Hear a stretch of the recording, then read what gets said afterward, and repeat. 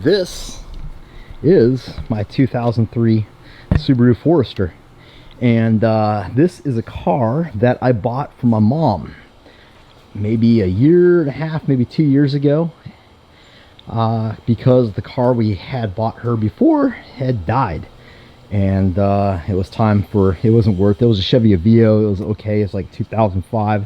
God knows how many miles that thing had on it, but it died and it wasn't even worth fixing. My mom, she lives in Arkansas, where it snows and gets icy occasionally, and that was something I kept in mind. Well, since she's getting a little bit older, she lives kind of up a mountain anyway, well, a hill, and stole the neighbor's puppy. I already told you that, huh? But cute. Sorry, easily distracted. Anyway, that made a lot of sense at the time. Granted, it was older than the car we were replacing. However, it had under 200,000 miles on it. The person I bought it from was a Subaru technician at Gilman Subaru here in Houston, and he told me that he rebuilt the engine. Believable, the engine was super clean, so either he rebuilt the engine or did some work. But it ran.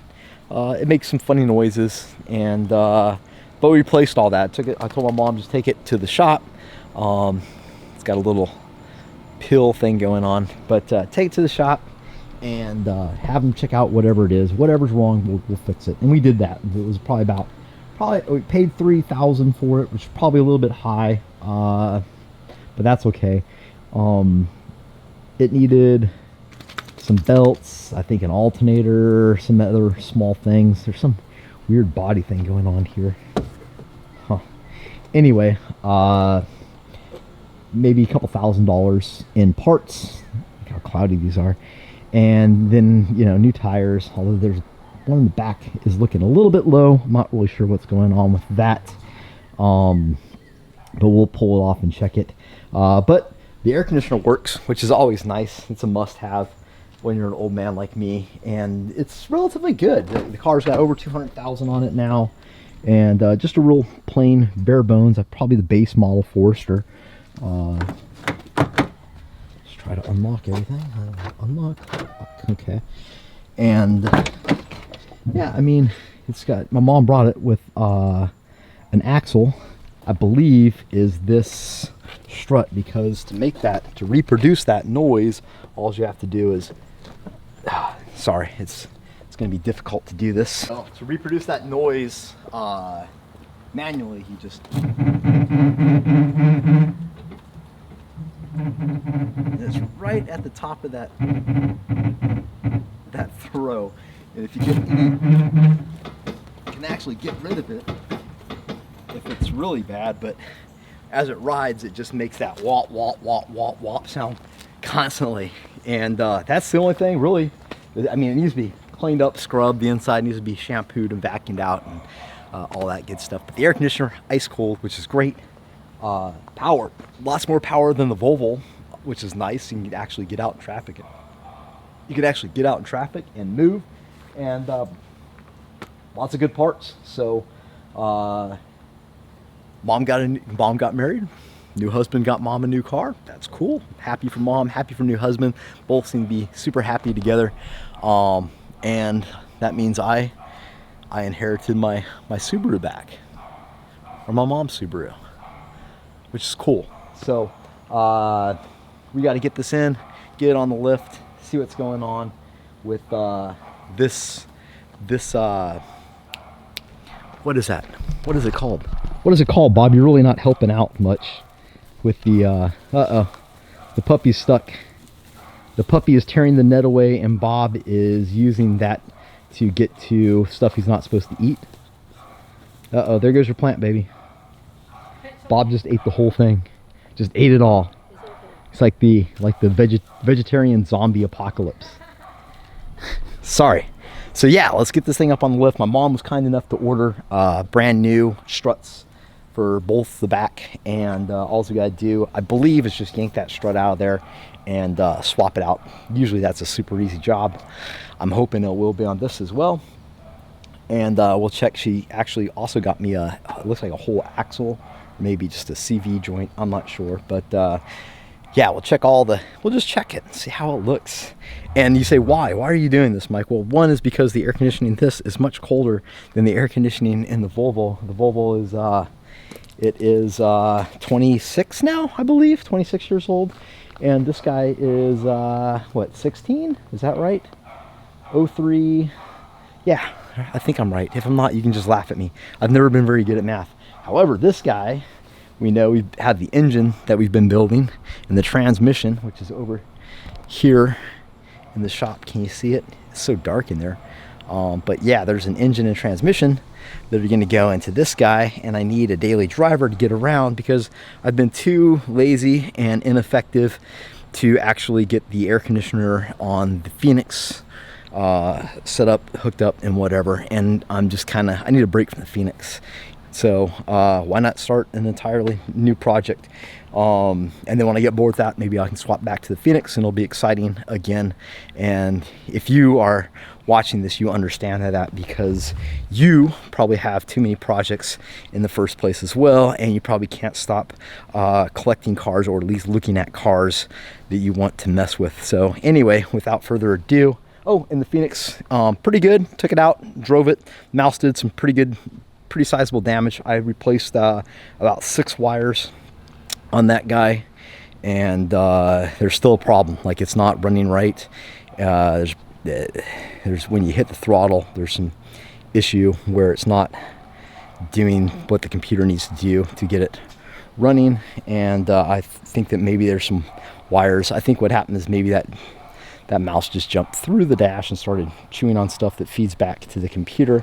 All the stuff I could see from under the car, in the car, I did splice back together, and it's running. 2 of my gauges are down. I can't figure out why. The oil pressure gauge and my water temperature gauge are both not working now, but I have to pull the dash out to get to those. So thank you, mouse. I'm glad you're dead. But took my neighbor for a ride in the car. It's always fun taking people for a ride in the hot rod because everybody laughs. You know, there's lots of smiles per mile in the Phoenix, because just look at it. That thing will make you laugh. Anyway, back to the garage shenanigans. We will get the Subaru in there and take a look at what is going on with it. Wow, look at this. So we put the Forester here in the shop, and the thing that is striking is I put this about the same back. What I like to do is put these guys back. I like to park it this way, and that way I can lift my garage door up, and I don't smash the car. Usually what I'll do is I'll mark on my lift where's the max height that I can take it, and that keeps me from smashing stuff into, say, like Pete's Mustang, because that would be bad and embarrassing. So this thing is about as far back. Actually, I think the Pontiac was a bit further back than this guy. But what's amazing is like how much shorter this is, because the Pontiac would literally almost go to the front of the garage, where this guy here, I got a mile. There's like a mile here. So yeah, anyway, I just thought I'd show you that, because you can see where this was, where the dump pipe on the Phoenix was dumping when I was revving the engine. And yeah, so you can guess that the fender, the bumper, I'm sorry, would be about right about now. So we got to get probably 3.5 feet shorter than the Phoenix, which is hilarious. Also, this has ice cold air conditioning, which is wonderful. So let's get this guy up and take a look. All right, we got the Subaru up on the lift, and let's just take a look, see how it looks. Remember, 200,000 mile Subaru Forester that we picked up for, I think, $3,000. So we got brand new tires, which is nice. They're Coopers, which isn't the worst brand ever. They're weird. It's a 16-inch tire. This back one looks kind of funky, so we're going to check it for nails. But let's just look at how things look from underneath the car, and we'll look for your typical stuff. I'm going to grab my flashlight. I put this guy down here for your guys' benefit, but that light there usually blinds me, and I have a hard time seeing. So starting off at, this must be the timing cover. There's a little bit of oil over mill, but not a lot. Don't know what that's from. Probably some sill. Maybe it's just some old oil. Not really concerning because there's no drips forming or anything of the sort. It just looks like a little damp spot. Sometimes you do an oil change or something and stuff just kind of makes its way down there. You'll see the dipstick comes down there, so maybe some oil dripped on the dipstick. Who knows? What a cute little oil filter. Rack and pinion are yeah, our CV joint looks good on that side. The outer ball joints look good. There's a little coating of red dust down here. It's not rust, it's red dirt, because that's the Arkansas kind of dirt. Do they have oil filters on the transmissions in Subarus? That would be genius. Real things of genius are... we got our steering down there and CV joint. Yeah, it's fine. And this side, this CV joint, ball joints, brakes. I'll have to kind of take the wheels off to look at the brakes. Struts look fine. No fluid seepage. Let's take a look at this. Can you guys see it? Oh, there it is. All right, this CV joint is fine. Steering boots. They looks like they might be a little wet there, or something was going on. There's like a little bit of drippage, or not drippage, but just oil residue where you can see the dirt's kind of collected on what was oil.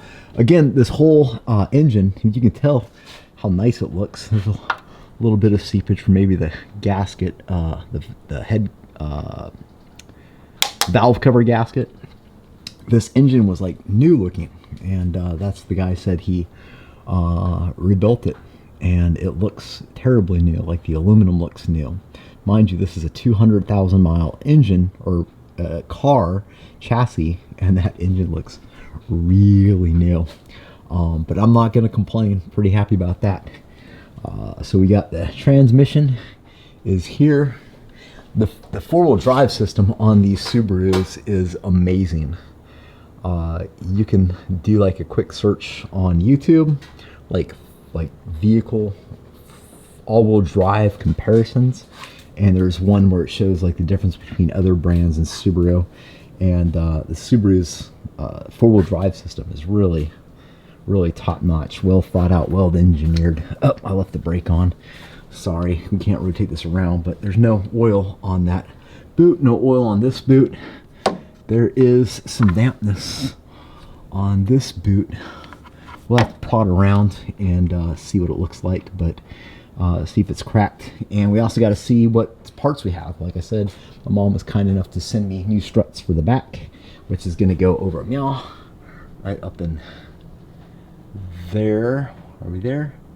Yeah, this guy here, up here, and this guy over here. We're going to pull these guys out, replace them.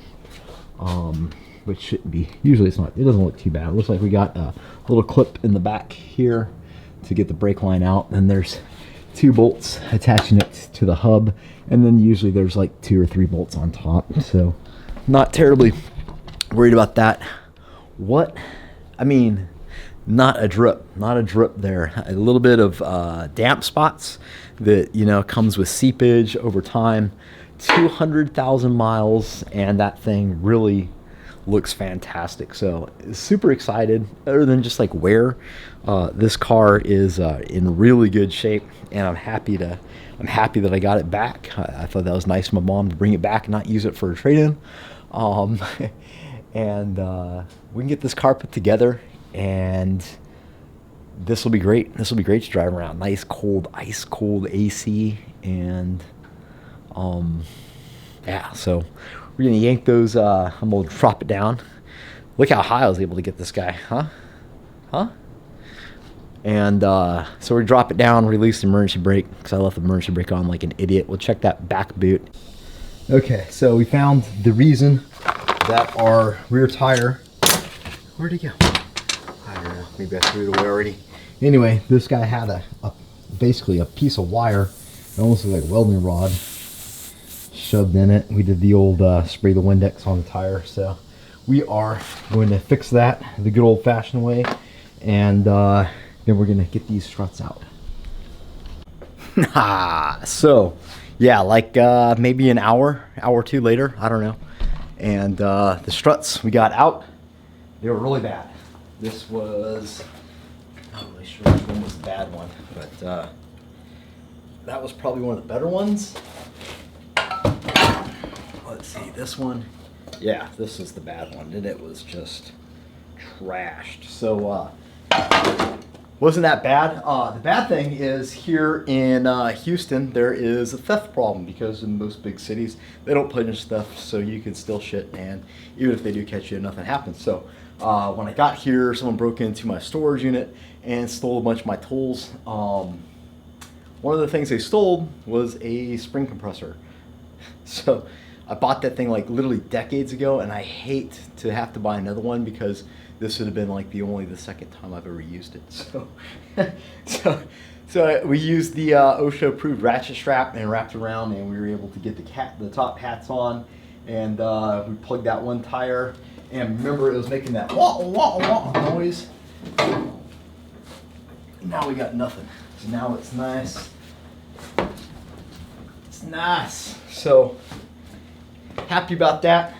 And we still have a airbag light on that we have to figure out. These, apparently this year was notorious for a airbag fault that has to do with the connector on the driver and the passenger seat just getting corroded.